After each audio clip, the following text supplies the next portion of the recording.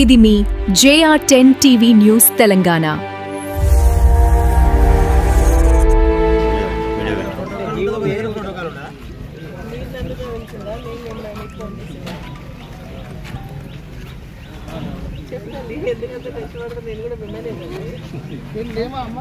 మేము అంత మనసులో కామా ఇక మేడం మేము లేమనుకుంటున్నాం.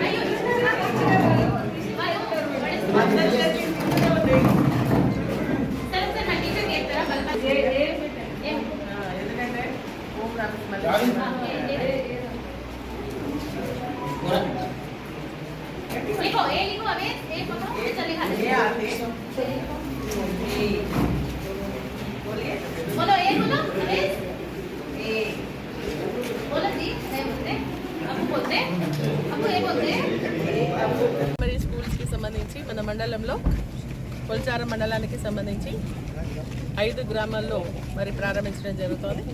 మొదటగా కొల్చారం, తర్వాత పచ్చిపల్లి, పోతంశెట్టిపల్లి, రాంపూర్, అదేవిధంగా రంగంపేట. ఈ 5 స్కూల్లో కూడా మరి ప్రీ స్కూల్ యాక్టివిటీ కింద కార్యక్రమం ఈరోజు చెప్పడం జరిగింది.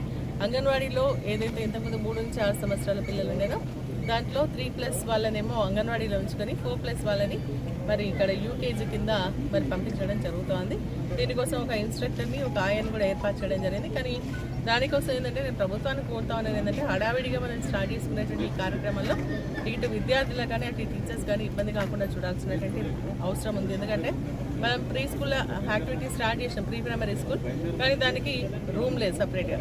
అదేవిధంగా ఇన్స్ట్రక్టర్ కానీ ఆయా కానీ ఇంకా అపాయింట్ చేయలేదు.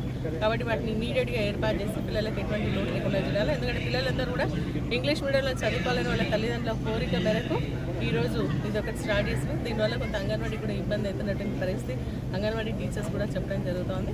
దీని గురించి ప్రభుత్వం ప్రత్యేకమైన శ్రద్ధ వహించి ఆలోచన చేసి మరి కార్యక్రమాలు ముందు నిర్వహించాలని చెప్పేసి కూడా కోరుతున్నాను. ప్రభుత్వం నుంచి మనకి ఉపాధి హామీ పథకం కింద మరి గతంలో ఏంటంటే కేసీఆర్ గారు మన ఊరి మనబడి కింద అన్ని స్కూల్స్ కూడా బాగా చేయడం జరిగింది.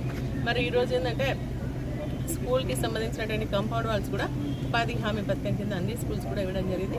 సరిపోయినటువంటి వాటికి మళ్ళీ సెకండ్ ఫేజ్లో కూడా మళ్ళీ 10 లక్షల రూపాయలు కూడా ఇవ్వడం జరిగింది.